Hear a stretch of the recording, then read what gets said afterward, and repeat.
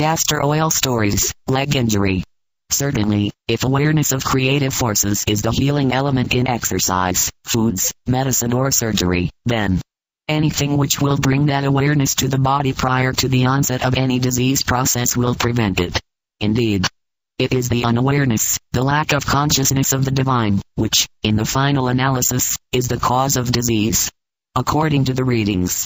Let me quote from a letter received several years ago from Sally Schaefer. It tells a simple story in itself, a story of infection, pain and possible incapacity, all prevented, in little ways, to be sure. At the same time it is a story of how aiding the body's physiological processes can bring it quick healing and save the sufferer not only problems but money that would otherwise have been expended on doctors or hospitals. Shortly after my initial introduction to Edgar Cayce, during a weekend visit to my folks, the subject of home remedies, and castor oil in particular, emerged. I made no comment about my use of it, but rather pressed my dad, who reported that as a youth, 50 or so years ago, he and his family applied it to a bleeding wart on one of their mules. They kept the bottle in the barn and made the application a part of the daily chores. He said it took a long time but that the wart healed and eventually hair grew over the spot. I have discovered that just a little castor oil, rubbed on with the finger, on a beginning pimple or small boil, prevents it from forming or, if I'm a little late in treating, it very often disappears without coming to a head and draining on the skin surface. I suggested this to my nieces, along with a better diet, and it has worked for them also. Approximately 2 months ago, I crashed into some wooden bleachers, while playing volleyball.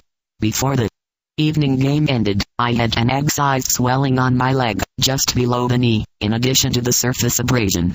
After bathing, I soaked 4 layers of flannel, approximately 4 inches square, and tied this in place with an old nylon stocking.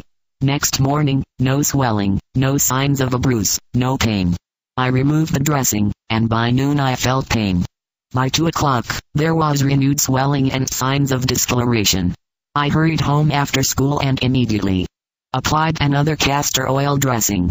In 1 hour, pain and swelling were gone, despite continued use of my leg.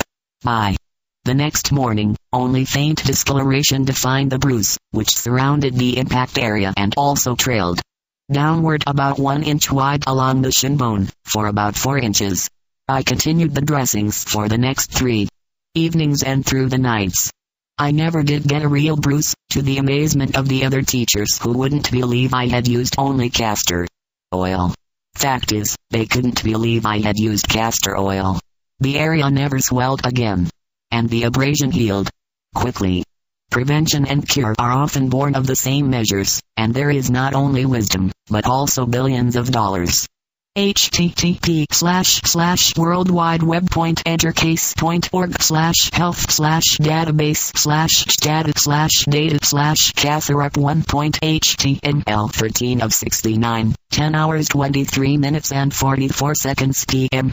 Edgar Cayce Health Database, anecdotal case reports, remedies, products in healthcare being weighed in the scales, as we consider what the new age medicine would consist of.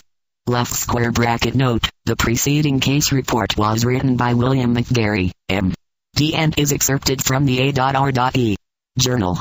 March, 1981, Volume 16, No. 2, page 92, copyright 1981 by the Edgar Cayce Foundation, Virginia Beach, Virginia, right square bracket.